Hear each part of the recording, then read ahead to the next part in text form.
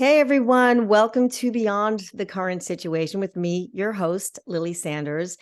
So I have a stream of new guests coming up for this season, and I'm so excited to announce my guest today, Amy B. Chesler. She's an author, she's an award-winning blogger and actress from Southern California. She discovered her passion for the literary and film world as early as she could possibly remember, and has been vicariously reading, writing, and performing ever since. Now, it wasn't until surviving domestic violence and being freed from an early life of abuse that she began to pursue her dreams professionally. I'm not going to go into it. I'm going to kind of let her unveil all of the things organically, including with me for the first time. But just so you know, her most recent book is Working for Justice. I will put the link for that in the show notes. But without further ado, let me bring on Amy B. Chesler. Welcome, Amy. It's great to have you here. Thank you so much for having me. I appreciate you extending the invitation. Of course, of course. And so you and I have not met face to face like this yet. And so it's really extremely an honor to really speak with you, not just from sister to sister in spirit world, but also survivor to survivor, or however you want to put it. I know that you and I um, um, we both have been victims of domestic violence, but you have a much different story. We all have our unique stories when it comes down to it, right? And which is really what makes us so uniquely special. And it's just so special to have you here. I want to ask you from the start, since you and I have not really had this conversation. So you're at the age of 37 and you arrive home one night. It's September 2007, right? 2007, yes. And you find your 55-year-old mother, right, Haddis Winnick, lying dead in a pool of her own blood. What's your first reaction at that very moment?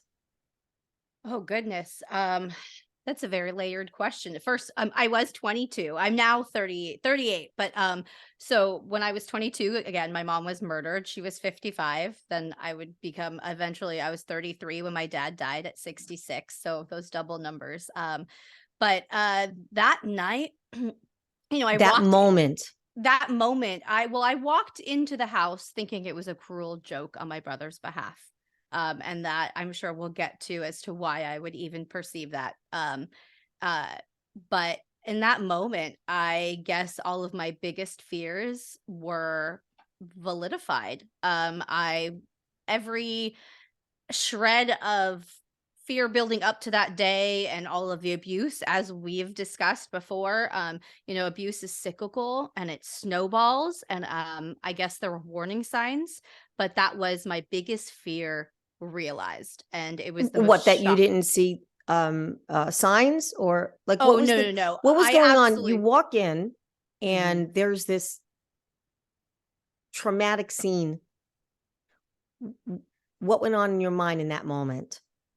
It was the absolute. It was a, oh shit, he wasn't lying. My brother was my abuser for a long time. I had, like I said, I had seen warning signs. My cats are in rare form. They're like sleeping all day. I don't know what they're doing. I hope it I doesn't we I interfere. We Okay, can't great. hear them. So yeah, it was just absolutely the most shocking moment of my entire life. What passed through my mind exactly was, oh shit, he did it. What he had said, what he had been building up to. Unfortunately, all the warning signs that had been there. In that moment, it was just a huge realization that that abuse does build, and it was a culmination of a lot of decades of abuse that I saw So, in that moment. okay. I think my life pretty much flashed before my eyes. I was still just so you understand the, the scope of the moment too. I was also still on the phone with 911. So, I Okay, so that's obviously, what I want to ask, because from okay. someone who, like, so myself and let's say our listeners, we don't know the story, right? So Okay. walk us through what happened from the moment you found your mom dead to the events that led up to discovering who murdered her. Well, I always knew. So what that Well, we evening, don't know yet. yes. Well, so I think I would have to rewind a little bit more so you Yeah. understand the unfolding of the evening afterward, actually as well. So, generally when I start sharing my story, I say I'm a survivor of domestic violence. My mother, however, is not. The first assumption is always, oh gosh, your dad. And no, my brother murdered my mother. In that moment when I found her, I knew that though. He had admitted to me on the phone beforehand that he had killed her. And I thought he Oh, was. so before you walked in, Mhm. your brother told you he killed mom. Yes, he said, "Don't." Okay. He actually said it would end up being a legal issue for him, and it would actually be the factor that would make it so he couldn't plead not guilty by reason of insanity because he said to me, "Don't go home. I killed mom," which implied eventually to the legal system and to the Mhm. criminal justice system that he had the forethought or the cognizance of what had happened and that he felt so bad he wanted to keep me from seeing it. Mhm. Or I don't know what his motive was in that moment. But yeah, in essence, he had said, in a building of events that started when he was probably about I would say maybe 10 years old.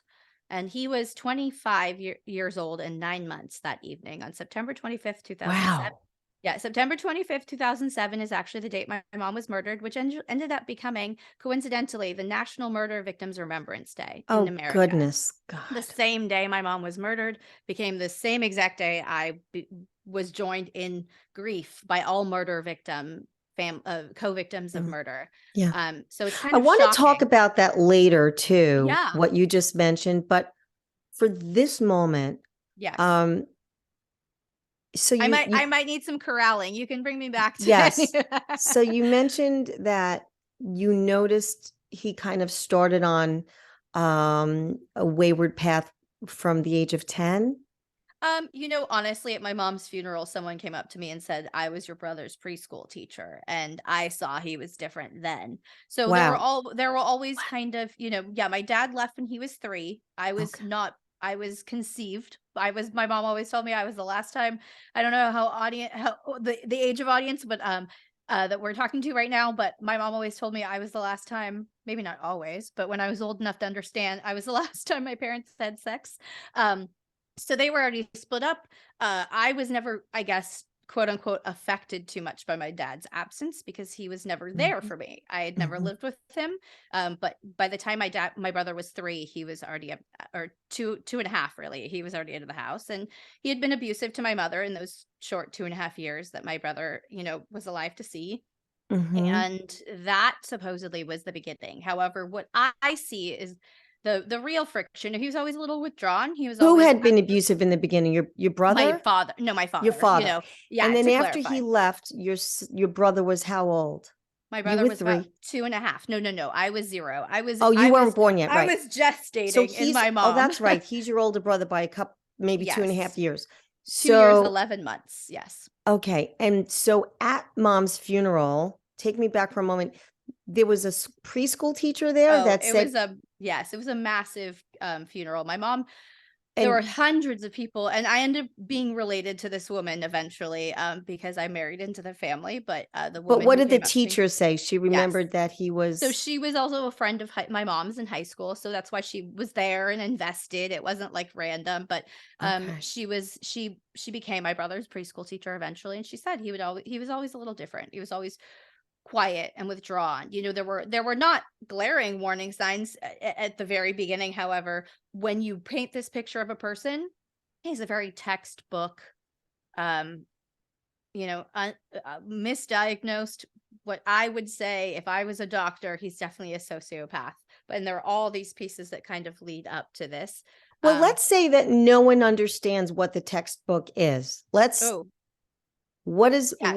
what What were is a those signs? sociopath? Oh, okay. So, well, first of all, to Because clarify. normally most of us, the wool's pulled over Yeah. our eyes anyway. So what were those signs that that make it Well, a textbook sociopath? Well, to clarify too, a textbook sociopath, Mm-hmm. I what my definition derived from textbooks would be Mm-hmm. is somebody who has no disregard for other people's well-being, safety, concerns, needs, and they only operate from a very, very, very internalized, selfish um locus, and that's a very simplified definition. There's nuances and layers, but however, a Okay. warning signs would be, hurting animals at a young age, lighting Right. Right. fires, We know that. Yeah. um being withdrawn, sullen, socially not awkward, not, I'm not talking about. So in this way, he was very antisocial, but not necessarily never had friends. Mm-hmm. Antisocial in the sense he couldn't fit in society Yeah. ever. Get it. He Yeah. never ever found a teacher. He started, when I say he had a lot of problems starting around 10 years old, I say that because that's the first time he clearly had a large problem in school. And that Got would it. start, he could never fit in the classroom. His Okay. teachers never ever connected with him. He never connected with authority figures. He in fact, he was always like, the only authority figure he ever quote unquote connected with in his mind was my father, but he was the only one that really couldn't fit in society too. Um Mm. so unless he was wearing a mask at times, which he was, yeah, that's a Your whole other brother? discussion. No, my dad, who, Oh, that's a whole nother yeah, podcast. he would learn a lot. He eventually would learn a lot from my dad's behavior, which Goodness. was very telling. Because it was. My dad was an alcoholic from the age of 16. My brother was also an addict, to many different things. He would always. Oh. I had seen him do a lot of things. I don't talk about that a lot, but I personally saw him do quite a spectrum of drugs, and this is a day and age where, like, Craigslist was in existence as he's growing up. Jesse is getting more volatile, and he's getting more antisocial. He drops out of school. He starts getting arrested for abusing us, and detained in Calabasas, which is where I grew up. It's not quite the realm of, they don't know what to do with outliers, and Jesse was definitely an outlier. So at every opportunity where intervention could have helped in some way, Mm-hmm. he was sent to therapy, and quite honestly, he used the same weapons, like racial slurs. So whatever his doctor was, he would literally berate them and yell at them and Mm. abuse them verbally, and they would give up on him and they'd send him to the next. And we were in Kaiser, which is a big old system, and Mm-hmm. it was just at every turn my mom kind of did not have any help, Mm. including from my father, including from the school system. And Mm-hmm. as that developed, he just became his condition, whether diagnosed, undiagnosed, official, whatever, just became exacerbated, as did our abuse. Where did so I'm trying to draw a There's a lot. line between um what brings a child to actually uh hate enough or be psychopathic enough, if that's the Hmm. right term, um or sociopathic enough to actually prey on their own mother. Well, so, you know, I don't think he hated her more than anybody. I think she, for him, was a scapegoat. He hated the world. He went. I also forgot to mention this. He was in the military a couple of times. He got kicked out a couple of times. I mean, he Mm-hmm. literally tried a lot of places, kind of, in Mm-hmm. his own way. And at every turn, my mom was always saying, "It's okay. You can do this. You got this." And Mm-hmm. to him, she was an example and a glaring kind of icon of his failures. I think that that unconditional love, he felt like he was just not deserving of it, and I think that that ultimately is what spurred him to kill her. Um, they also had a very volatile relationship. She was, as much as he was her abuser, she never, not never, but she sometimes wouldn't just take it. She would yell back at him. She would kick him out. She would, there was an up and down in how she could respond. Mm-hmm. Um, in her faculties and her tools. And so I think, it's just she became this symbol of hatred for him, and this symbol of never being accepted anywhere but by her. And so she did accept him? Oh, yeah, I mean, Yeah. oh yeah, And they so, they what do you think, in your perspective, from your perspective, what do you think makes someone harm and and end the life of the only one that he felt did have unconditional love for him? I don't know if I can actually speak to that entirely because I Mm-hmm. would never kill someone, so I don't know if Mm-hmm. there's a I why. understand. There Yeah. is no, there's But just from your perspective of what you know about his well, I mind. also know he was also on a lot of drugs that evening. Oh, He has said that. He also, wow. which was not that, abnormal. I also heard that he took those drugs later. I have friends that were friends with him, and he supposedly sent pictures of my mom's dead body to his friends. I mean, there are Oh my many different. goodness. Oh yeah, there's many different stories. So when I say, oh, he had this, she was the only one that loved him. Yes, but also he was just really a fucked up person. He liked to hurt people too. He got off on, especially as people turned him away outside of the home, he liked to hurt people. He had Mm-hmm. girlfriends he hurt. Why do men hurt women? Why do men abuse? He was abusive not just to us. I share my story a lot, but one of his ex-girlfriends has reached out to me and said, How would you feel if I shared about my relationship with him?" And I said, If that would heal you, 100% go for it, because we all have. It would actually validate me even more to not be the only one speaking to Mm-hmm. this abuse. But Mm-hmm. yeah, no, I mean, he was an abusive person. Once he realized that he couldn't really have, or he thought he couldn't have real love, or he wasn't valid because the world had always been telling him he was lesser than. We had both got really picked on when we were younger to hop around a lot. By This was who? just, kids. In the 90s, people would say boys will be boys, kids will be kids. I'm 4'9", so I'm extremely short. He is 5'5", which is relatively short for a man, I suppose. To me, it's pretty tall. But 5'5"?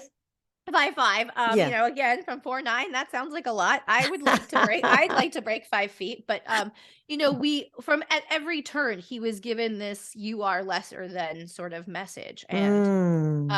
And so he really liked to turn it around and make people feel that way. So, I Mm. know he was getting extremely abusive towards his friends. A lot of his friends had cut him out around that time. He had Mm. actually, in the months preceding my mom's murder, he had pulled an aerosol can and a lighter on her in an attempt to try to kill her. Oh my Um, goodness. and I was not home, I hadn't seen it, my aunt I mean, like, he was detained and put in prison for, I mean, in jail, I'm sorry, for quite a bit because of that. So, again, when I Wow. speak to the building up, this was decades where the Mm-hmm. nothing intervened in any effective way. My mom and we were kinda drowning, and I graduated college the week before, or maybe a month before my mom was murdered, with a Mm. degree in psychology in an Mm-hmm. attempt to understand all this shit. So, Mm. um, you During that know time with the three of you together, I have a visual which obviously people that are listening won't be able to see this, but I have a visual that, with your permission, I'd like to put up of the three of you sitting on the couch. mm, oh Um, god. and Um, oh, so, yeah, yeah. um, This picture is actually, I'm sorry, I didn't mean to cut you off. no, that's okay. But Yeah, this what is goes through your very. mind when you look at this photo? It's interesting because I come back to this photo a lot. I use it for most. I think it's very telling of our family dynamic. It How? obvious honestly always almost always makes me cry, so bear with me. But Hmm. look at his smug smirk. I don't think he was happy that evening. He was almost never happy. So Mm, to me, I see like a mask, and my mom is buying it and smiling into it. and she just really thrived when he was doing well, and I think I see that in her. And Mm, then there's me actually connecting with whoever it is. Um, yeah. I think I feel like I'm authentically, like, just loving it on my mom. Um, Yeah, and I'll tell you what, yeah, a picture is worth 1,000 words, and yeah, or no words. Looking at this, it's interesting because I didn't know what to like what you just explained in a sentence where he looks smug. yeah. It's interestingly, I agree. Yeah, And you can see her feelings for her and her I hopes see. for I mean, for him, I'm sorry. You can see her hopes for him. You can see the adoration. Hmm. Um, yeah, and I mean, I look happy, but not. I don't think Hmm. I look super happy. I think I look um knowing a little bit, although I didn't know what was happening at that time quite I mean, he was becoming abusive at this point. Hmm. Hmm. He would, like, I speak to a lot about abuse. Abuse is cyclical, Yeah, and it's snowballing. yeah. So what started then, when he was, I think he was about 8 or 10 in that picture, he would yell, he would have a lot of anger. He had what I would see now, Hmm. if we had the same tools and the same words in 2023 as in 1991, it was a conduct disorder that he had, that he just could not conduct himself in an appropriate manner ever. Mm, Whether if he was supposed to be honest, he would lie. If he was supposed to be calm, he would kaboom in anger. If he yeah. was supposed to be uh lively, he would be sullen and withdrawn. He just never could, and I hate to say supposed to, but I just mean in any, realm, whatever was socially Well, the way appropriate. we're conditioned to believe what's right, what's wrong, right? What's normal, what's not. What's And socially appropriate, yeah. correct. I He was understand. always outside of that.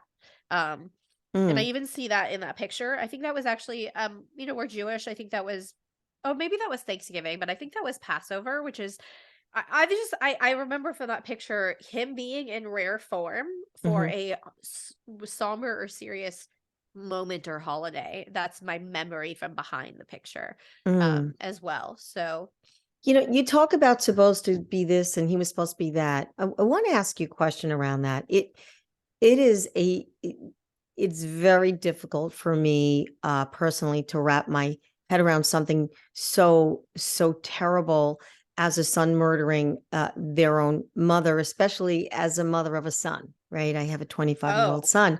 And so as a victim of domestic violence is this, what goes through your mind when you hear of other children today mm. across the nation who have murdered their mother? Well, it's actually very common, to be honest. That's why I'm asking you. Yeah, and to be honest, also sibling abuse is extremely common. When I did research for my book, I found that 50% of American children, that's one in two, experience some sort of abuse at the hands of their sibling at some point in their life, whether it is extended or isolated, whether it is physical, emotional, mental, sexual, whatever it is. 50% of kids face it. So obviously, it's quite prevalent. Um, what goes through my mind is, I get messages all the time. I get messages from women who say, thank you for talking about this, because I'm afraid that this could have been my reality with my son if I hadn't heard your mom's story. um I'm sorry, I'm very emotional. I'm also on my Of period, so course. I'm No, sorry, of audience. course. And so But yeah, yeah. it just yeah, it's very heavy to hear the statistics. It's very heavy Yeah. to hear people's stories, but it Yeah. also makes me feel lighter. I'm sure you know this sentiment. It's a very heavy feeling to know the prevalence, but it's also, it lightens my load to know I'm not going it alone. Mm, It lightens my load to know that my mom's death was not in vain. mhm. And it will not continue to be in vain. You know, it's really important to talk about these things so we know the warning signs, so we know how to spot someone again. And there's no is I have children. In fact, I have a son, and I was extremely scared to have one. But Wow.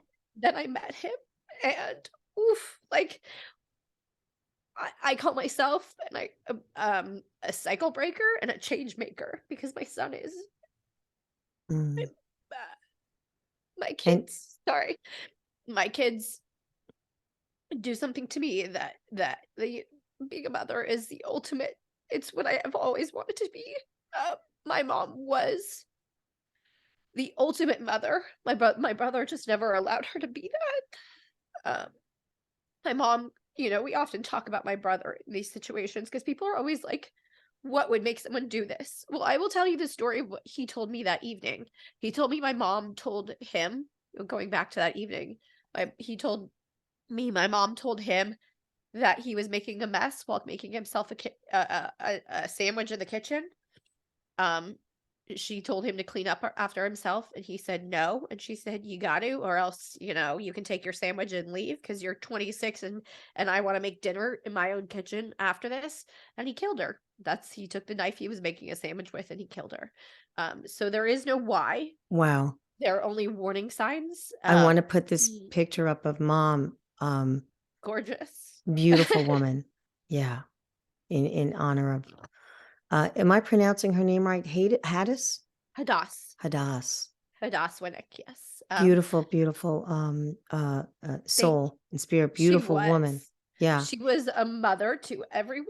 Like, Mhm. I, I somehow, when I look back at the friendships that I have growing up, those were always what saved me, my teachers, my Mm. mom, my friends. And a lot of them faced sibling abuse as well. I know that. I knew Yeah, that. you We you talk talked about about the it. sibling abuse, and I want to and I'm sorry to interrupt, but No, I'm I sorry. want to I'm a speak to that mess. as well. Um because no doubt, and I'm not going to assume, you could tell us, Yeah. if he's abusive to your mom, surely he's abusive to you, correct? Oh, yeah. When he was Highly. okay. Highly. Yeah. And That, you talked yes. about dad leaving the family when you were young, and prior to that, he was an alcoholic Yes. and he was abusive. Is there a stigma attached to families that encounter family murder such as this? In what sense? What do you mean by that? In from what you from the work that you do and from your experience after the death of your mom, do you find that there is a stigma attached to families that have traumatic things like this happen? Like, Oh, yeah. a son killing a mother, a son killing a father There's or all something. sorts of stigmas. I think that every victim that puts themselves out there faces them, but Mhm. one deep stigma that I have heard over and over again is, what did she do? What she was she abusive? What did he face Right. as a child to do that? Yes. Um, And so but what do you feel people quote unquote think yeah, about your family upbringing or your mother, as a mother bringing up, as a single mother, when they discover that your brother murdered your mom? What do you know, you think people think? well, I will be honest. The most stigmas I Please. receive are from outside assholes that consume true crime. It's not that no stigma has ever reached me from my community. In Calabasas, most people said, "Oh shit, we saw the signs too." And of course, they Mm, didn't see the same signs the way we saw them because they were mhm, very intimate in our own walls. But the cops had been called over 10 times to my home growing up mm, and detained him that almost that many times too. mm. So they weren't surprised. The teachers that had taught him weren't surprised. My mom's friends weren't surprised. My family wasn't surprised. So this was definitely like, what I hate to say cookie cutter, but this was Yeah, something that people were not totally like, wow. people, Uh, I like to say this, and I don't like to say this. It gives me no joy. But what I meant was I say this often because it's important. We hear about people that exist like this, right? mhm, Textbook sociopaths, textbook whatever. We hear mhm, about them. mhm. They're related to people. They have victims within their family too a lot of times as well. A lot of us that leaves the onus and responsibility of sharing on the victim, which is a lot. And I will I couldn't say, agree more. Yeah. yeah, and for representation, it matters. Victims need to be heard. However, that while healing, while being triggered, that's a lot. However, I came to this space and I came to this position as a co-victim of murder and a victim of abuse, sibling abuse, namely.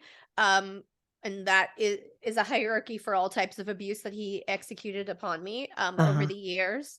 But in essence, I came into this space and into that position with a degree in psychology, with uh some camera training. Mhm. And I also am a writer. So I felt the onus and responsibility once I had healed enough to share. I think Mhm. in that space we have to. We Yeah. have to know to break those stigmas. And most of the Yeah. stigmas, like I said, are from people who are watching my show and going, "Well, didn't she like why?" I get a lot. So this, I was working the evening my mom was killed, but I also my work was weird in such that I had to work and then I had a long break and then I had work again. So in between I had a date. And I actually went on the date even though I had been getting calls from my brother and my mother going, um, "Hey, what time are you going to be home?" And I could tell there was tension, and I mentioned that on Evil Lives Here on IDTV and other pieces that I've written and things like that. And I mentioned that tension, that building and the abuse. But then I get a lot of people, the stigma that comes in. I get a lot of people going, "Well, why didn't you go home? Go Yeah. home to stop the murder." And I'm like, hello, I might not be alive if I had gone home in that moment. I might Mhm. be dead as well. My brother was highly abusive. Sure, he had paused for a couple years on me and executed more on my mom, but he was a murderer that night, and he still is. In fact, he just faced extra charges um 2 months ago. One Mhm. of those charges was for a recent death threat against me and my children. Oh, So yeah, and I wanna talk about that too. Before yes, we go so to where your brother is now, I yes. want you to just pause what you just said about why didn't you go home? What people were thinking like, Oh, "Well, yeah. Amy, how about, Why did he kill her? why didn't you take like, good for you for actually trying to live a life, Well, I don't even. and actually doing something for yourself, actually going on a date, Yeah. working, going to Well, school, like people." also, One of the I was things a that I 22-year-old do. old woman, but I was also a 22-year-old woman. My job was not to keep him corralled. My job Yeah, was to be a think 22-year-old about that. woman. I had a job. I had I was like a 22, that's a baby. well, yes, and also it reduces all responsibility from him. Like, let's be real. Why Of did he kill course. her? Why did he kill her? Why did he abuse us for so many years? There were mechanisms in our behavior and our lack of boundaries that perhaps well, I can't say that as a child because I don't think I held any responsibility, but my mom didn't have any the tools that we have now. And in retrospection, that's easier to say than do.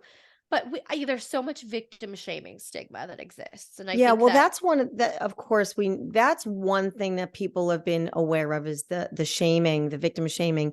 One of the things though that I do uh for major media, in writing and also on news segments and so on, is I do a lot of myth busting. And mostly I'm really good at myth busting because I come from, my story breaks all the rules. So there was no alcohol, no drugs. When I was growing up, my dad didn't even curse.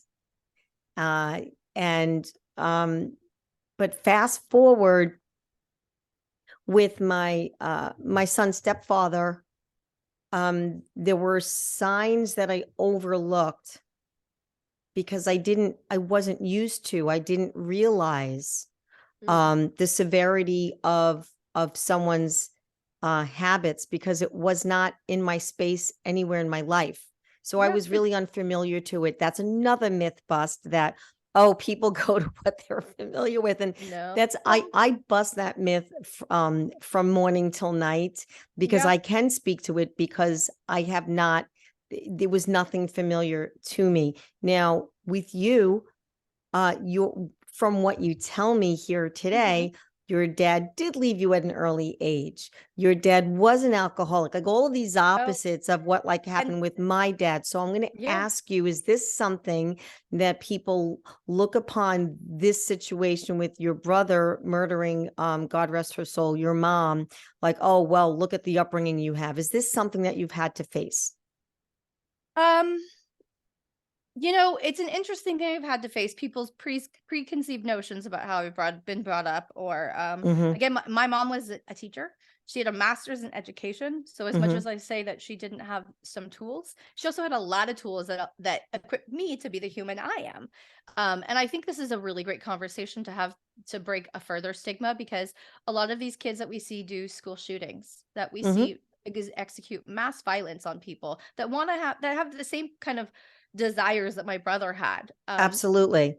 They That's why, by the way, you this don't have to. conversation is so Yeah. critical today. Oh yeah, and I say that. I say he's textbook for a reason. I also say the criminal justice system received him in a textbook way for a white man as well, because there's just a lot of nuances. There are so many things, and a man from Calabasas, this is Yes.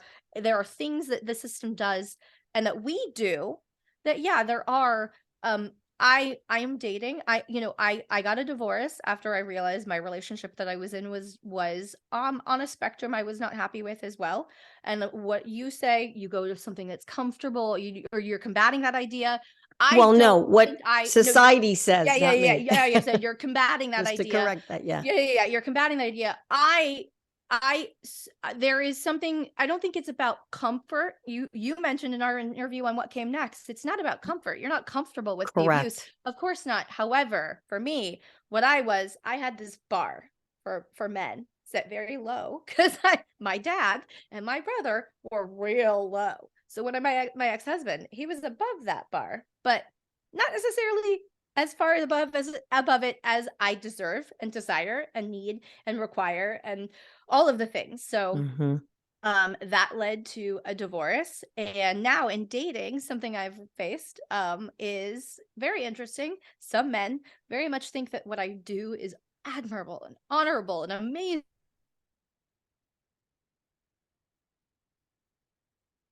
We're gonna pause one moment. I think I lost Amy.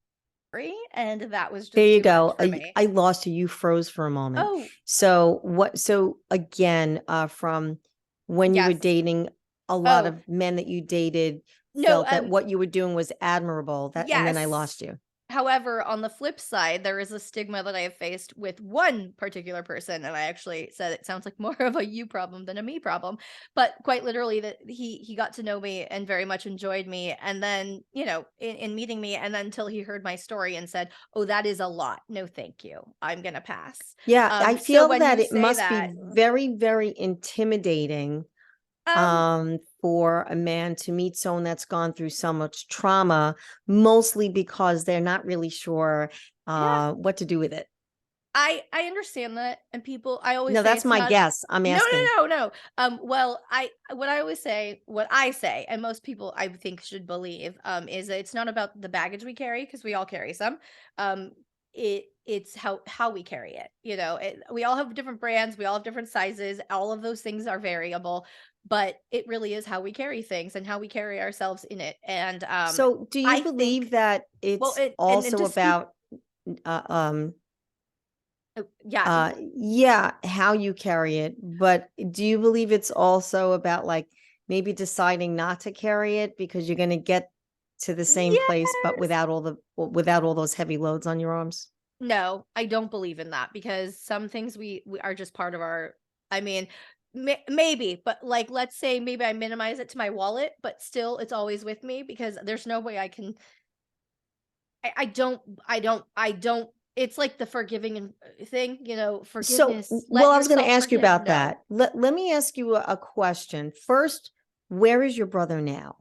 Oh, he's in prison, thankfully. There was a point where we thought he would get out, so he received a very, it was an extended battle. It was a very hard war that I fought to keep him in prison. It took uh, my book is about this. It's called Working for Justice. A very long battle of keeping him in, or getting him to prison, despite the fact that he admitted and was guilty, and there was this history of abuse leading up to that evening. It took a long time to get him into prison. Once he got there, his sentence was not as great as I would have wanted it to be.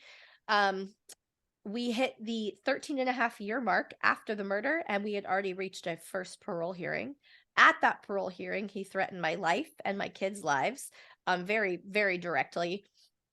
And then I tried to file something with him for that in the process just to keep him in prison. I was thinking, oh my God, if he's gonna get paroled for my mom's murder, he can't get out. He just said he'd kill me. Like Right. I And your gotta get him. children. I gotta get him. Yeah, I gotta get him for something. So I tried to file against him for that. That didn't work. The prison was like, yeah, sorry, no. And so in a really rushed version of the justice system, which is why I'll never stop speaking about this. I'll never stop carrying it with me. It's always going to be a part of me, is because I want to educate people what's possible. I'm both an example of all the things that could go wrong in society and how we were turned away at every point. But in April of 2023, I became an example of how the justice system can really work and be effective. Oh, And thank goodness. We yeah. always hear the opposite. Woo. No, I know, and that's why I'm like, I'm never gonna stop this, because I think And people when I need to say, know by the both way, facets. Yeah. just to rephrase, just to be clear, No, when no, I no. say put down the baggage, I'm not talking about not carrying your reason to educate and bring justice for people today. I I was get just that. talking from the perspective of healing and letting go the Yeah. situation as it happened, right? But Yeah. um are I you get that. afraid that I'm sorry. Are you No. are you afraid that goodness, I don't know how to ask this. I'm just going to What? ask it. Yeah. Um, how do you sleep at night? Meaning, are you Oh. afraid that he's going to come after you and your children? Not anymore. Okay. I was fearful of him getting out of prison. Okay. I was fearful if they let him out, he would hurt me. Now, he has tried to hire a hitman from prison to kill me. Yeah. That was part of his years of, I mean, that was his last ditch attempt to Ugh. scare me to not speak out against him. In the original, my book explains it, but yeah, Yes. so I was fearful of that at a point. However, it didn't work then. Um, he has been what I was most fearful, to be clear, was him getting out, and him being paroled, the system only giving him 15 years really for my mom's murder after probably 10 years preceding that of abuse. So 25 years of abuse, a murder, and then death threats. There was no way that I would feel comfortable or not be fearful of my life Goodness in that. gracious. But in April, he actually in a very weird series of events that happened. Mhm. I found out that he was up for other charges a week before he had a sentence for it, or a hearing for it. He had attacked a public official. He had created, I don't know if you know what a mace is, but Yes. I like to explain these things because again, they're building his character, but he built a medieval ball with spikes on it on a chain, and he attacked a correctional officer with it. It created this big melee in the prison, and a bunch of other officers got hurt. And it was all caught on camera. Hmm. And I somehow found out the weird series of events that led me to finding about that sentencing, or that hearing. I called the DA. I happened to get a hold of him. I said, "Look, in the last 16 years, this is all what I've faced." He tried to hire a hitman. He he threatened my life at this parole hearing. It's Zoom recorded. Like Oh I my what goodness. is going on here? And he said, "Wow, I could get an extra 6 years for that death threat too." So 2 months ago, he got 36 to life, another 36 years, and another life sentence. Oh, Um, thank goodness. That's a yeah, victory. yes, it's a huge I'm victory. clapping my hands. Yeah, what's not a victory is that they gave him 30 years for an attempted murder on a parole officer instead of 15 years for my mom's actual murder. Oh my If you goodness. think about it that way. Oh my goodness. However, they also gave retroactive justice to my mother, which felt really good. I felt like I had an advocate finally in the system. Mm, My brother was always considered a youth offender because he killed her when he was 25 and not 26. 26 is the threshold in California for mhm. a youth offender or not in murder. And that DA who gave me gave him the death sentence, the death threat sentence, he also gave my mom retroactive justice and took away his youth offender status for my mom's murder. Okay. They also gave me a 10-year restraining order, which I didn't know would protect me in the way that it does. So, yeah, it was life changing. And when you said put it down, whatever, I realize I think I've compartmentalized my trauma enough in the sense that it permeates many of my conversations that become political or become, otherwise related. However, I think I've put it in a weekend bag. And I can open it up and access You it, but it poor doesn't thing. trigger me as much as it Yeah. did that day, that month, 2007 up until, into early parenthood. This trauma Yeah. was really triggering. And And once truth I be told, it's not as easy as people think. Like I know know, even as a survivor, like you could you could be in like the best um time of your life or in just the best time of a yeah, specific day, and you could be driving down the road or walking somewhere very peaceful and loving, and suddenly you see something or you hear something and it triggers a memory, and it mm, could put you like right back there, I right? say And so grief my is not linear. Grief and exactly, it's disenfranchised grief is not linear either, meaning disenfranchised grief is when you grieve something that isn't a death necessarily. So I'm grieving a relationship with my brother. I'm grieving the fact that I have a murderous brother. I'm grieving the fact there's my many mom. losses. Yeah. Oh, so many. A And brother, a murderous brother, a loss of your mom, my a kid's loss of grandma. your family as you knew it. Oh yeah.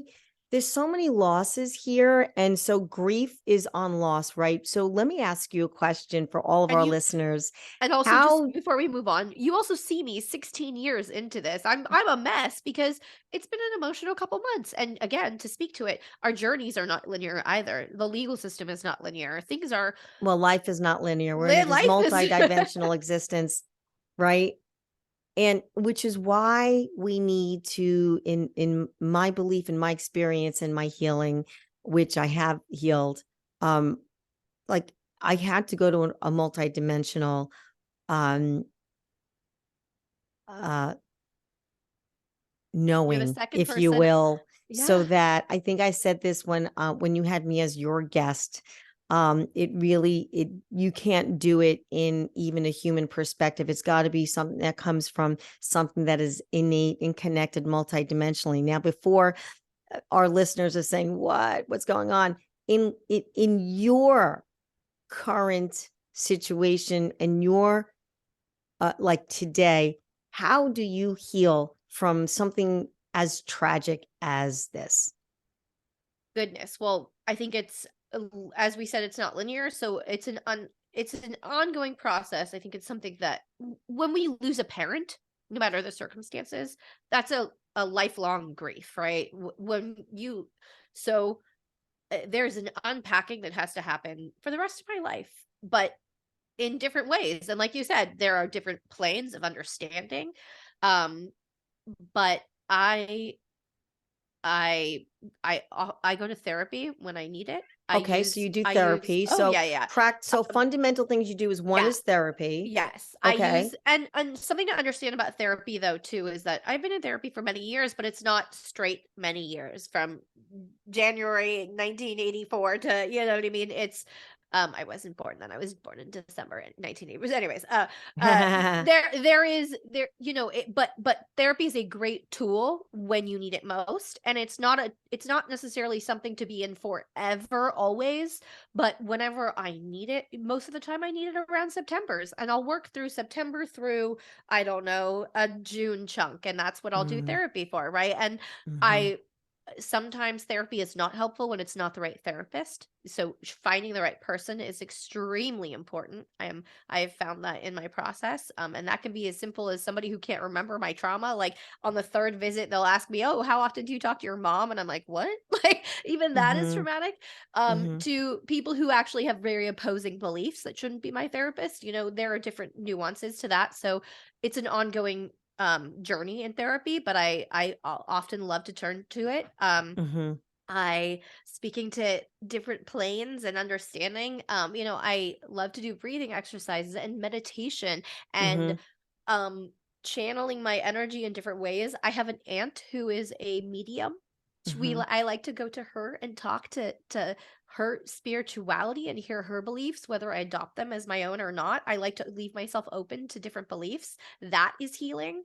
I like to hear what other survivors' stories are. That's why I have my Uh-huh. show, What Came Next, It's part of helpful. my healing. Oh yeah, people ask me, how do I decompress and how do I heal? Honestly, it's healing for me to be have those conversations, Yeah. to open those gates and to know that we're making change by having these conversations, Lily. You have that's part of my healing too. Yeah, of When I course. get messages, when I share, as much as I might be a blubbering mess, when I share, that's part of my healing. Not Yeah, that of I'm handing course. yeah, I'm not handing my trauma to people, but I know that I'm equipping other people with tools, with words, with concepts, with identification, like, oh my God, I'm right there too. Oh, sibling abuse is a thing. When I wrote my book, one of the first people that reached out to me was my uncle, my dad's brother. And he said, you named things I went through at the hands of your dad. Sibling abuse. Yeah. And in Yeah. 1950s, 1960s, they That didn't no one know what talked about it. you didn't know what sibling abuse was, so my uncle was equipped with why conversations. Yeah. So, There's many people today, Amy, that don't know what sibling yeah, abuse is. 100%. Let me I want to ask you a question in the spirit of healing. Um, what is your definition of forgiveness Mm. Um, I don't think the definition of forgiveness is necessarily for you? disputable in a sense. I mean, like, most people say the idea of forgiveness is important around healing. But what I does that mean For forgiveness me, yes, to for you? me, forgiveness is not a concept or something I need to give anyone else. I owe my brother no forgiveness in the healing. I don't think I think honestly giving him any ounce of forgiveness in allowing some sort of relationship or allowing some sort of that happened, let's heal, that would be Mhm. forgiveness for me. I would allow him to potentially murder me, right? Like he literally has threatened my life, Mhm. and at times when he feels like it, that's what he'll just threaten your life and he'll try to kill you. And he attacked a public Yeah, and you could official. never lift your guard down from No, a perpetrator ever. no, To no. me, forgiveness is really is letting something not rent space in your heart or your head, the event, so that you can actually overcome and move on and grow in life and do what it is that you came here to do. For me, it has nothing to do with Yeah. saying that what someone did was okay. Let's be clear, it's not Yeah. okay, Yeah. Yeah. right? But it's not okay for me to, it's not okay for what you did to Consume you. to continue to keep me suffering for the rest of my life. Yeah. To me, that's forgiveness. Forgiving so that Yes. you do it for you, not Well, for the not for the perpetrator, not for the person yes. that caused the suffering. Does that Yes, make and sense? I 100%. I have the Okay. same ideal where my forgiveness is any forgiveness I've given is to my mother because Mhm. again, she didn't have the tools and she kept allowing someone who was a murderer back in our home, which is a reality. And she never saw him as a murderer. She saw him as her son. Do you see Um, her as an enabler? um there's an obvious conversation where when there's 10 visits from the police and he's 25 still Yeah. living at home and he's attempted to murder her 4 months ago. Yes, but she didn't think he would do it. She And how much never of the thought he would honus hurt me. is on the authorities though, Oh, Amy? 100%. No, no, and him. Well, and him too, And what but about so I'm society? not What about the 100%. support, So domestic I've violence awareness support yes. from the bystanders, from the So that's teachers, from the school systems, yes. from that's That's the this is what you and forgiveness. I work for. Yeah. So this is the forgiveness I've given to my Okay. community. I live near my community. I'm a byproduct of that community too. I forgive my community. I forgive the forces that could have intervened. I forgive my mother and I forgive myself.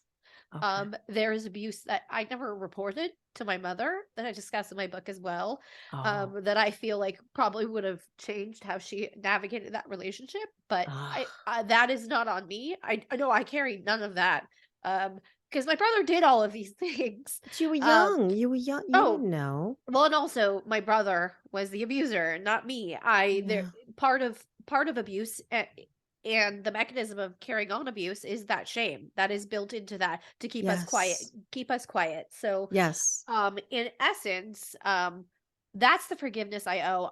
However, again, for someone like me who's dedicated my life at this point right now, Mhm. to not only make a legal change, social change, bring awareness, I think it has to rent space in my head and my heart.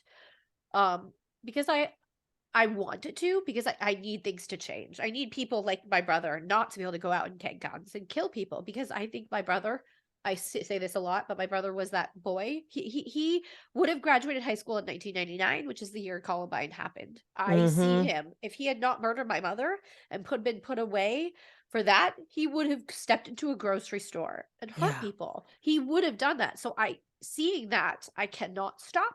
I cannot allow it to not rent space, but I don't let it consume me, and I forgive myself. Mhm.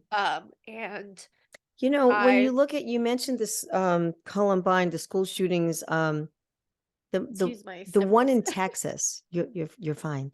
The one in Texas, you know, I follow all of these stories obviously as a domestic violence expert for major media, and there's such a common thread, Amy, in these perpetrators when I look at where they came from directly before and the events leading up to the event. More often than not, the common thread is they come from a volatile situation in the home that they live, or the home that they're not allowed to live anymore, and they're living with, like the one in Texas. He came from the grandparents' house because the mother couldn't That's handle him at home, and that's so hard he just because finished fighting with the grandmother. He gets in the car, and boom, all of these victims at, there in are warning Texas, signs like that, they're but all like warning Dylan, signs. but Dylan Klebold, like I mean, the kids from Columbine, there weren't. There were parents who had lots of guns, lots of money. From the Yep. outside, they looked healthy and married, and so there can be warning signs. However, again, it's more of like where they're coming from. Communities with money, a lot of those people are not. A lot of them are not. There is a okay. Here it is. It's a spectrum, and all those people, just like victims, are on a spectrum. Abuse is on a spectrum. The perpetrators are on a spectrum. My brother is a very extreme end of one spectrum where all those factors fit, where we came from a place with lots of money. We were different than those people with lots of money. He was angry and isolated and kicked out of school and kicked out of the army and kicked out, so there are a thousand nuanced ways, but some of those people come from okay families with the parents, Mhm. it's not the parents. Mhm. There are factors, there are identifying factors. Mhm. However, we have to look at that individual, and we also have to just limit access to weapons like that, because again, my brother was raised in Craigslist days. He shot me once. Oh my goodness. I did not know. He actually bought on Craigslist, and I explained this in Evil Lives Here, but he bought thank God, a BB gun, but he painted Mhm. it all black, and I'd seen him get swords and stuff from Craigslist. I didn't know it was not a real gun, and I walked into his room, and he to ask him a question. I said Mm. like, "Hey, whatever it was," and he pulled out without a word, just pulled out a gun, and I was like, "Oof." And I started running backwards, and he shot me in the ass. Excuse my language. It was a BB gun, thankfully. However, people like him, part of it was the terror he wanted to instill in me, the Mm. terrorism. This is domestic terrorism that we face all the time. Mhm. And these are all people who are exacting large scale domestic violence on us. Like you said, you're a Yeah. victim survivor expert in domestic violence and in the media now. And these conversations have to happen because again, all these spectrums, they need to be talked about. And the people that you know and love in your life that you worry about potentially having anger, we Yeah. need to have these conversations because you need to know if they fit on that spectrum. You Yeah. need to know what their access is to weapons. And just as much as you need to be there for the people that are potential victims or like actual, not potential victims, but current victims, Mhm. whatever, past victims, we need to know what those perpetrators might look like, not physically. However, what are those? And just speak to those people in our lives as much as they're, I mean, I know that that sounds crazy because I'm saying the owner's responsibility is on my brother. However, early intervention, the warning signs at any age are good to know. We Yeah. have to talk about it. Yeah. There's also a percentage of people that I'm not saying everyone. I'm not saying everyone. And I have much honor and respect for people who serve our country. But there's also a percentage of people that are violent before they go into the army, before they Oh, yeah. decide. And we're not talking Well, today, you're not drafted really, not yet anyway. But back in the day, like my father's time, they were drafted. But there's a large percentage of or excuse me, I don't know what the percentage is, so I don't want to say large, but there's a percentage of potentially abusive people that are abusive to people in their lives that don't know where to turn, and so they think, oh well, let me join one of the armed forces. and I think that's nuanced to discuss just in terms of abuse in general. I think it's important to know that any position, profession, police, teachers, anything, Yes. there are people drawn to that for different reasons. People, again, a spectrum. I like to talk about spectrums, not Yeah, you black or say white. spectrum a lot. I That's do, interesting because because people need to realize that everything is nuanced and from here to there, not this or that. And so correct. people are not drawn to something for this reason or that reason. There's a lot of reasons. And people who teachers even think back to your teachers in high school. Half of them might really have wanted to be there, and that's not a statistic I could speak to necessarily, but Mhm. half of them might want to be there to change your life and make you better and Mm. inspire you, and half of them might want to be there to relive their high school years and be popular and be like, fuck you to the not cool kids. Excuse my language. I'm sorry. But there's this level of abuse that any position can be drawn, people in any position can be drawn to if there's power inherent in that position, right? So police Mm. officers, teachers, military, anything. There are stats on police officers. Yeah, of The course. highest, area where there's domestic violence is a police officer family. Yeah, So yes, yeah. so there are lots of things to be looking for. Mm-hmm. Mm-hmm. But I would say honestly, if you can, things that would just heal society is early intervention. My Mm-hmm. brother, I'm not saying anyone could have changed him if he's a true sociopath. However, I have done research on antisocial personality disorder, which is in Mm-hmm. essence a form of sociopathy, and in that you can have early intervention, and it's almost like behavioral intervention. Someone with autism can learn to be more social with, someone with ASPD, antisocial personality disorder, might learn how to navigate relationships a little bit more cognizantly. There are early interventions that therapy and, again, cognitive behavioral therapy can do Mm-hmm. wonders. And these are things that we did not know. My brother had conduct disorder. We didn't even know what that was. He was labeled, I have not been clear with this in this whole interview.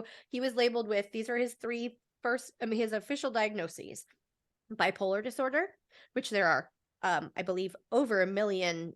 I think that's much more than that, but like over a million adults that live in America very functionally with a bipolar disorder Yeah. that do not murder people.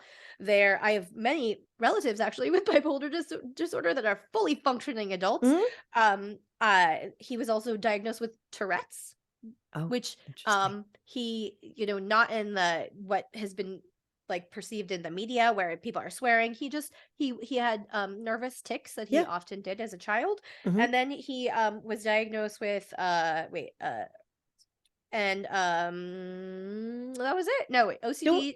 No, it OCD. I'm sorry, and OCD. OCD. That was the Aren't we last all a one. little OCD? I mean, and that actually was really nuanced with his Tourette's because they saw his tics almost as an obsession or compulsion. So those are his three diagnoses. It's That's what he's interesting. been labeled with. Did he have tics when he was a child as well? Not like, I think they manifested probably when he was around in 6th grade, Okay. middle Because school. that is a symptom of toddlers when Mm. they're witnessing abuse. They Oh yeah, develop tics. no, Yeah. no, he I didn't was just have. curious. Yeah, no, I very specifically, it was not as early as like 4th or 5th grade, but yeah, 6th grade, I want to say maybe 7th grade for him was when it manifested. And that could have been from being bullied in school. Yeah, and no, 100%. And Yeah. he would, and that's one, well, and that was one of the things that they would bully him about. He would clear his throat a lot, and they would make Mm. fun of him for that. I mean, And again, in that time, it was like put him into karate, teach him to do some affirmations in the mirror, and Mhm. boys will be boys. And that's, Yeah. and we just have so much more equipment now. We have to use it. We have to have these We conversations and yeah. use. I love that you're saying this, only how come we're not? Like when I look, I can't help but put my mind to the recent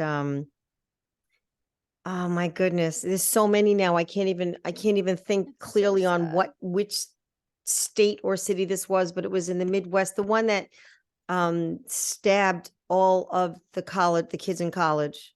Oh, the was it University of Uh Michigan? Not yeah, Michigan. yeah, yeah. What Uh, what university was that? Starts with a um, W? No. I know the young lady's Okay, I name, can't think but of it for some yeah. reason, but you know which one I'm talking about. I looked into his background.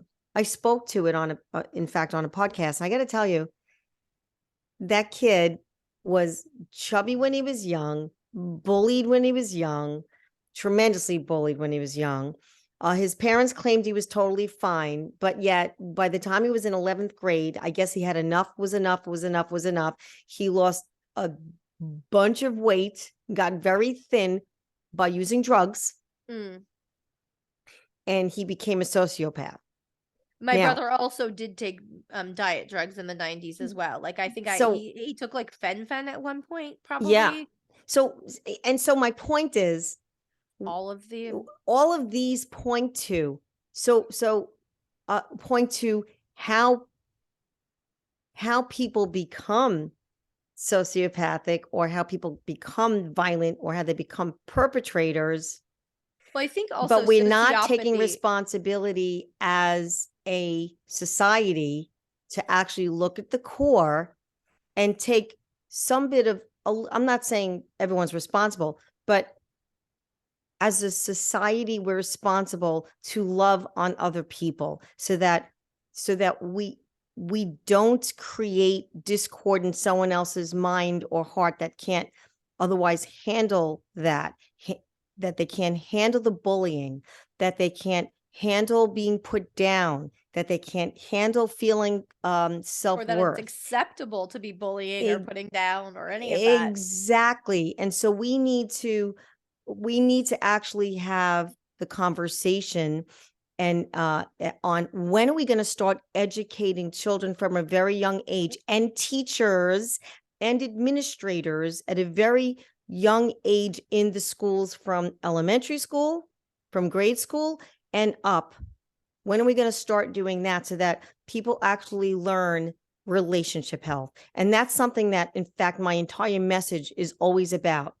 Mm. Above and That's beyond abuse, it's really starts with relationship health, relationship with yourself, relationship with other people, and being responsible, even as a bystander. How are you treating someone else? Really, really will and yeah, project how someone else grows up. I agree to a certain degree. And for sociopathy, though, that is like you're born with it in essence. They believe it is a brain, Understood. Yes. However, I'm with talking about knowing, yeah, of for the what we could general do for population, society. well, but knowing that the general population are not sociopaths, correct? That we all have this general onus of responsibility, and we Yes. all can. And for those that exist outside of those outliers, like my brother, perhaps, or Mhm. all these, I mean, there are people who exist like I believe this is the Ed Wayne Gacy, who murdered many young men, who also served in his community as a politician, as a clown at birthday parties. Ugh. There are tools that people use as masks, but as society grows and becomes more understanding, these are the things we have to talk about in order to both be healing and healed for those people that want to do that and be those responsible, inspiring members of society. And we also need to talk about it so we know the identifiers of people like that or social programs that may could be rehabilitative and or just containing, I suppose. Yeah, You and don't part want to of talk to that me about containing police is or really prison. knowing those identifiers. Part of that containing, to your point, Amy, is maybe Becomes that's someone difficult. that really needs to be vetted better before you give them a gun, for God's sake. 100%. There are many. 100%. My You know, brother Yes, he was a very something that's been really said to me by many people about my brother that have known him in the criminal justice system have said, "Wow, he's really smart." Mm, And that always rubs me the wrong way I because if know, he I'm was so sure. smart, then he wouldn't be. But he is very shrewd in manipulation. He's very intelligent in tactics like Mm, this. And so, to when a system allows people who are shrewd to manipulate it, yes, mhm, what he knows the ways to go if he was out of prison to go out and get that gun that he would want, mm, even though he had been kicked out of the military twice and was AWOL, had a bench warrant. There are things he did that manipulate the system in a way that other people can too. And the more we talk about these things, again, no people when I say people to people, my brother was imprisoned or arrested the night he murdered my mom, but it took and he said he did it, but it took 4 years to convict him. They're like, "Wait, what? oh, Why?" dear And I God. explained and I explained, well, first of all, the legal system's really slow. Second Mhm, of all, there were really many mechanisms he used. He executed litigation abuse. People don't even know what that is. Well, it's abuse. And people don't technically actually a lot of people ask me what is abuse inherently even. People want to know what that is alone.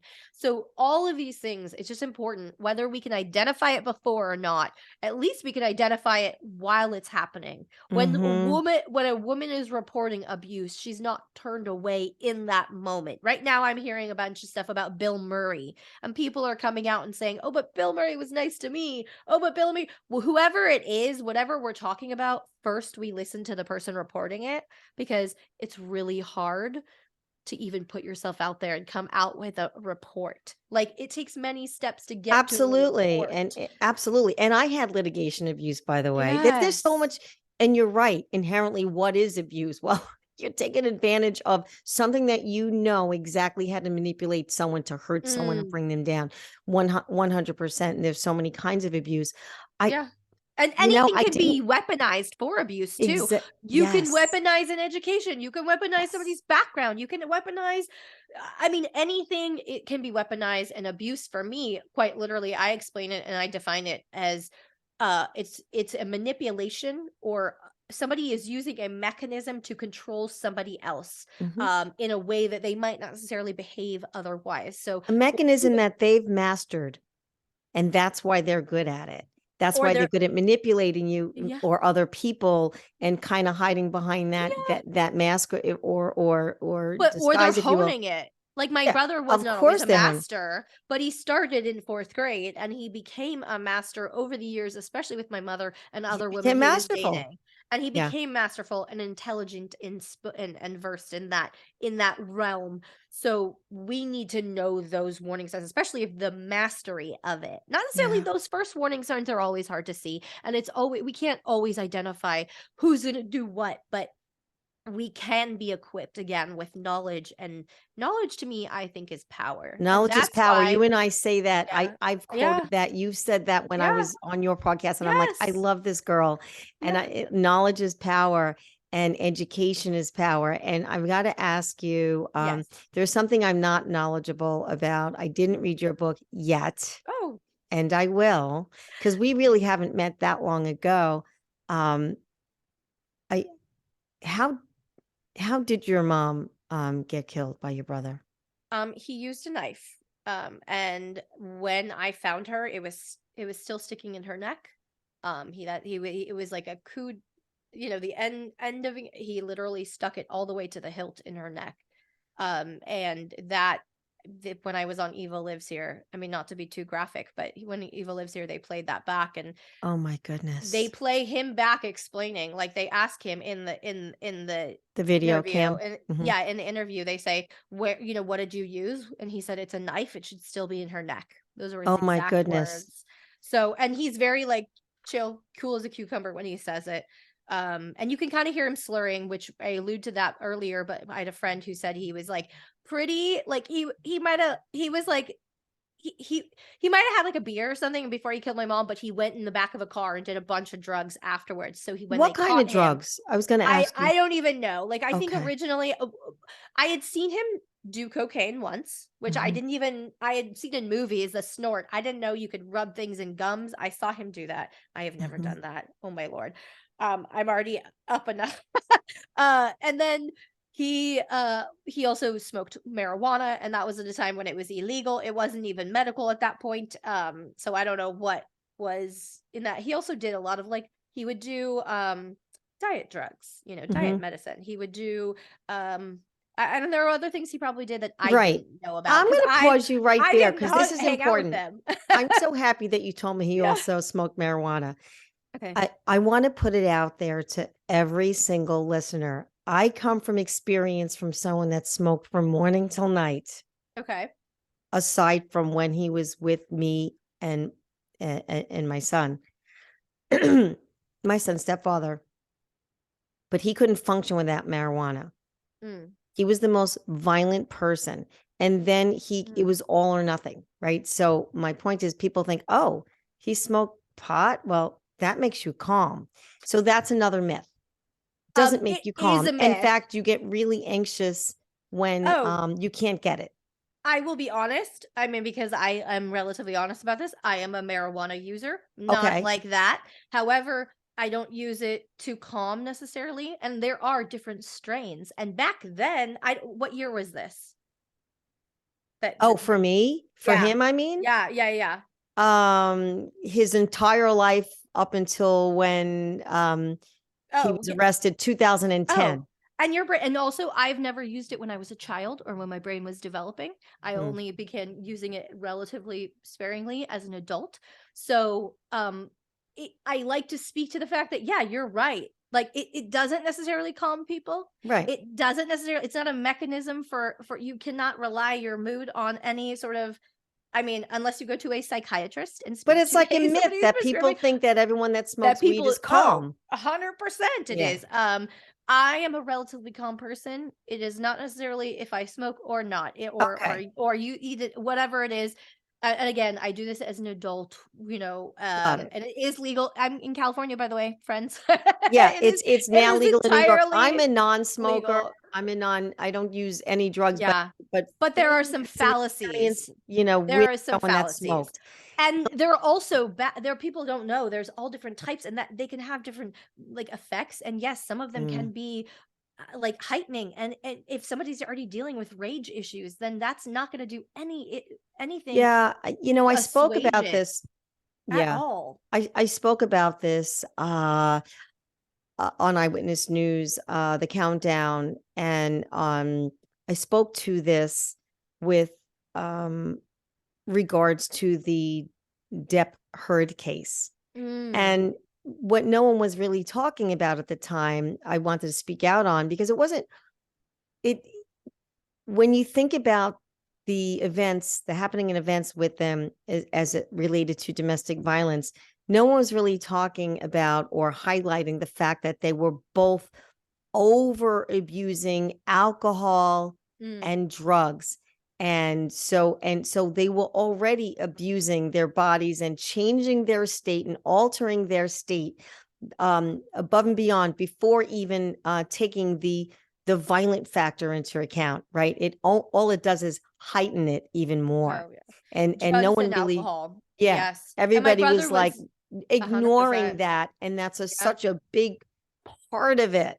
Well, it's funny and not funny. It's not funny, but I hate to say that way. But what my brother was a frequent user of lots of things. Hmm. It's not he alcohol was not necessarily always his. He wasn't like an alcoholic, like my dad. He was just an abuser of anything. He would be like, "Oh, that's new. Let's try it." I mean, I had similar enough friends, a couple of them that were mutual, that I could see him in action like that. I saw him act in a way that I didn't want to act, which I didn't try things like that. Um, Yeah. so it was really interesting though, because eventually when he did kill my mom, he tried to use that as an excuse. He tried to Mm. say it was one of his mechanisms of getting away with it or stalling or whatever was not he couldn't go for reason of insanity because again the comment to me about not going home so I wouldn't find my mom that had that forethought idea, but he also Well, said obviously, he he told you that so you would go find her, right? he told me not to go home. I don't know what he was telling me. I honestly God only knows. I don't know what his intentions were in that sense. But he in essence he tried to say, well, I was on drugs that night, so I didn't really know what I did. That also, he attempted not guilty by reason of diminished capacity, which is the Mhm. drug. He was like, I was on drugs. What did I know? Um, Mhm. so that was really interesting because they denied him on that too. But that was, it was a frequent thing. He was and his moods were often exacerbated by that. So okay. It's almost 16 years, right? Um, Since you found your mom in yes. a pool of her own blood by being knifed to death by your brother. Where are you now emotionally? Goodness. Well, clearly today I'm a mess. Emotionally, every day is different. By this time, not every day is different. Generally, I'm a very happy, healthy mother. My kids are my everything. When they're gone at my ex-husband's house, I work and I love my work. I am a podcaster. I speak to victims on my beautiful show, which is the sister show. My sister podcast is Something Was Wrong. My show is What Came Next. They're top in charts and everything. So that has given me motivation in this world and in the true crime genre and space. But I am where I am now is I'm healthy. I'm so healthy. I'm healthy. I'm Goodness. happy. I'm healing, and I think it's an ongoing battle. But a lot of people have consumed my story in a lot of different ways by now on TV and podcast, in my book, and people will say feels so surreal and weird to say, but I get people saying like, "Oh, she was so angry on Evil Lives Here. She looked so angry. She was like in a different place then." And or in the book, it sounds like she's understanding and she's like digesting. And I'm like, well, all of these things are different. I'm a human. I'm a multifaceted human with lots Mhm. of different layers, and I'm going through a live grieving process. It is. It's only 16 years, which sounds like a Oh, lot that's why I asked sometimes, you. It's but 16 16 years. That's years since not a I found lifetime. my mom murdered on the floor with a knife still in her neck. Like, that Right. image alone will never leave me. However, I compartmentalize it to a certain degree. I have my healing in a really I think I've mastered my own healing process. Not that I've mastered healing. I'm not healed. I don't know if there is ever a healed position in Will you ever this heal? tragedy. I mean, Will you ever I heal? yes, I am. I am healing, and that is heal. But will you Will I ever ever be heal? entirely fully healed? Um, Probably not, because sometimes, in the nature of my sharing my story, I randomly get messages from people that knew my mom 40 years ago that say, "Oh my god, here's this random story about your dad abusing your mother." I'm like, "Oh, great. Here I was in my healing and here I am now." So, Yeah. as much there's so many factors that I can put out a video that I'm very positive about and healed and feel healing, and then some asshole true crime genre fan hits me up and goes, why weren't you home to save your mother? Or whatever it is, what asshole, whatever is, all of those little things are little hitches. And not that I go up and down with every comment, but people realize I'm a human. I'm Mm. this healing is nuanced anyways, but I'm doing it while gutting myself in the public and helping other people gut themselves. So it's just, knowing that I have to equip myself with the tools to continuously heal. That's Mm. it. Like, I want to make legal change. Doing legal change means being in the legal system Mm. and Yeah, good telling luck my there. story. So Yeah. that's triggering too. So, It well, is I triggering. plan to honestly never truly. I feel if I ever feel like I'm ever healed, it means that I have let this sit. And maybe when I'm 80, I'll feel differently. But right now at 38, Mm. when 38, I don't want to feel entirely healed because I'm not done with what I need to equip people with, to Got it. spur So change with. This mhm. needs to be active still in my life. So I'm healed enough to do it in a healthy way. I cry a lot, but I'm a crier. I've always been a crier. My mom was Mhm. too. Mhm.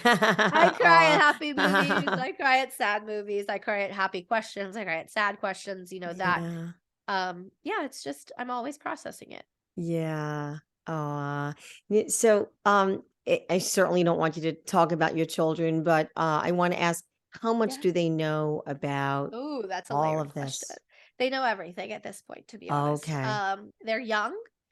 In my divorce, there were things that my ex-husband shared with them that I didn't really have control over. Mm. He didn't share my story, but he did tell them I had a brother in prison, which left me with these lots of different questions Questions, of from them. course, they're children. And he How stopped is Uncle there. so and so in Yeah, prison? he Why? stopped there. I'm not sure why he gave him that, but it was part of like a family history project. He didn't think before he like mentioned and he let it out. And then I was left with kids going, why do you have a brother in prison? Why is he in Mhm. prison forever? Will we ever meet him? Can I visit him? Oh my goodness. Yeah. And I No, thought, no, no. and I had to, I said, you guys, I gave them a piece of the story. I gave That's them enough of the traumatic story. information for children. 100%. So I had to give them a version of the story that they could receive. Obviously, I didn't tell Yes. them all the things I told you today. Yes. Um, but they know that growing up, I had a brother who was abusive. Mhm. Um, and that's why I'm fostering such a healthy relationship, the loving relationship in the two of them. And I know that, and I love that they Thank know God. that, and they work hard at creating this beautiful relationship. They also know mommy's a little bit like nervous, and I'm always at everything. Like, I'm the mom. My daughter just did 5 plays for her class. I went Aw. to every single performance, all 5, and the teacher was like, "What are you doing here?" I'm like, "I might miss them one year," because I lost my She's mom in like, "Go home." yeah, no, and you know what? I tell every teacher I navigate, like, what my history is. I'm like, "I'm a little much as a parent. This is why," and most of them are understanding. Um, my kids know also before I told them, they knew I was an author, they knew I was a podcaster. So, they had friends Googling me in class. Of course, the So, power of, yeah, internet, and they yeah, were and wondering what the so heck. yep, and a lot of my kids' parents' my kids' friends' parents are supporters of mine. I was worried about a book laying out and then a kid reading the title and then coming to my kid and saying like, "What's this about?" So, So you um, didn't have that conversation with them before the book came out? no, this is a new conversation. It kind of unfolded. I kept biding my time with the whole brother in prison conversation. Then the book came out. Mm, Then I was, and I felt so proud of what I was doing. And I was thinking, I'm transforming our lives. I call myself a cycle breaker and a change maker. I'm trying to change things for other people, but I'm also mm, trying to cycle break for my family. And you know what? correct. Them knowing that has actually been extremely healing. Um, and they don't know everything, but they know enough to give me a shit ton of respect for what I've been through, Mhm, mhm, and to know that I'm the mom that I am because of it, and that I I'm a pretty badass person, but also a really mhm. great mom considering everything I've been through. So that Mm, that has really been healing too, to share that too. that's wonderful. What Yeah. what would you like to tell other victims of domestic violence in hopes to help them elicit their own change in overcoming, their past, life situations? Um I know that this is such a trite comment and you hear it all the time, but it really, when you feel it, it's different. You are not alone. I know this feels so isolating, and the mechanism of shame built into abuse, you don't want to share. Reporting it, you're hearing report statistics and you're not, most women aren't believed. You are not alone. There are ways to help yourself. There are resources out there that can help you do this safely and to escape a situation, whatever it may be. If it's your child, if it's your spouse, if it's a coworker, if it's a, the ex-husband, anything you are dealing with, there are resources out there. Mhm. I like to share this a lot. The podcast that my sister podcast has a beautiful website or web page devoted to resources for every type of needs. If you go to somethingwaswrong.com forward And slash it's gonna be in the show resources, notes. You're gonna give me those, and we're perfect. gonna put it in the show notes for Great. everyone, both So yeah, podcasts. Yeah. and that's somethingwaswrong.com forward slash resources. That resources page has resources for everything. But no matter Nice. what type of abuse you are experiencing, there are people out there that can help you. Whether you just send a DM to know that you're not alone, whether you look out and you get actual resources, whether you reach out to a therapist, there are ways to help yourself. Or listen to I podcasts like y- yours, like mine. I absolutely. mean, you look, I align with what you're saying, Amy. Your message is very Thank clear. you. It's not much different from what I say, even No. in my book, Truth to Triumph, is is that pain is not it's not your individual burden. We No. all we all have it. So by you saying you're not alone, I concur. I mean, no one is alone in anything that they're going through, which was the whole. I think it was the whole inception of beyond the current situation, because people like yourself and other thought leaders and authors and survivors and doctors and myself that come onto this show, this podcast, have overcome or are overcoming, and it just proves that everyone, really can go beyond their current life situation, right? As you are doing Absolutely. every day. Like you said, every day is kind of different. Every day might be up and down, but you get up, you do it. You're a great mom. You're out there bringing people resources Thank you. And every I'll be single honest episode. though, I should say not every day is that up and down. To be Yeah, honest, 16 years out, it's not. It's really not. Again, like when I have my period, I might be a little extra emotional. There's one day a month maybe where I'm like, but I have mastered enough the conversation. Again, when people say she sounds angrier here and sadder here or happier or like fine here, it's because I'm doing the work. I'm this sharing is not the only work I'm doing, therapy too, but like I said, there are resources. I also do want to make sure that's not to shame anyone into not getting resources. It's to let people know there is something out there. You are not the reason the abuse is happening at this moment, but there are ways for us to help ourselves at mm, times. When I was a child, and now who knows, in the world of podcasting, maybe I could have listened to a podcast and equipped my mom with words at that time. exactly, exactly. There are Yes, ways, because and we we're didn't hearing have these that. stories. Yes, Yeah, and the more that we share, the more that we know, and that yeah. again, knowledge is power. And just know that there is power to be out there. There's knowledge to gain. Just yeah, that first step is just knowing you're not Mm, alone and it's out there. And yeah. I'm with you. What We is all the are. message that you'd like to give the world right now? Oh God. I give this to my kids because again, my kids have heard a lot by now. They're only 10 and 7. Like what? Oh, Yeah. And like great ages. they're amazing. I love them so much. But they like I can't even I'm also the kid. Something is funny. Like as a child, I have a lot of kids pictures of myself at like Disneyland. I grew up in LA, so Disneyland. Like I went to all these places as a kid. You'll never see a picture of me with a character like Mickey Mouse. You'll see me with kids I thought were cute because I always wanted to be a mother. So like that I just love being a it. mom is fulfilling so much for me. But what I want to say to the world is what I say to my kids all the time, that there might be this negativity out there. We might have this domestic not might. There is domestic terrorism happening. We are facing violence at a stage and a scale that we have never well, America has. We have a violent history, but in this stage with media and the availability of everything, we're seeing it at this constant. Please stay hopeful. What I want to say is, please, there is hope out there. I feel like my mom was a beacon of hope. She left me with so many tools, and community and love. And I just like my only goal and mission is to remind the world of like no matter what shit has gone on, what no matter what still persists and permeates, there's hope. We can make change. It starts with awareness and education, but change is inevitable after that awareness and education. So please stay Yes. hopeful. Please hang in Mhm. there. And no, you're not alone. Again, it's so Mm, trite. yes, and hence beyond the current situation, you can go beyond it no matter what the life situation, right? Thank you, Amy, for your Thank you. openness and coming on to share your tragic story, and and always, um I say that it's in your pain where you find that growth, right? And I'm so grateful that you are able to tell my listeners here how to go beyond their current situation, no matter where they are, even one as horrifying as yours. I'm deeply humbled by your heart to push through and move on.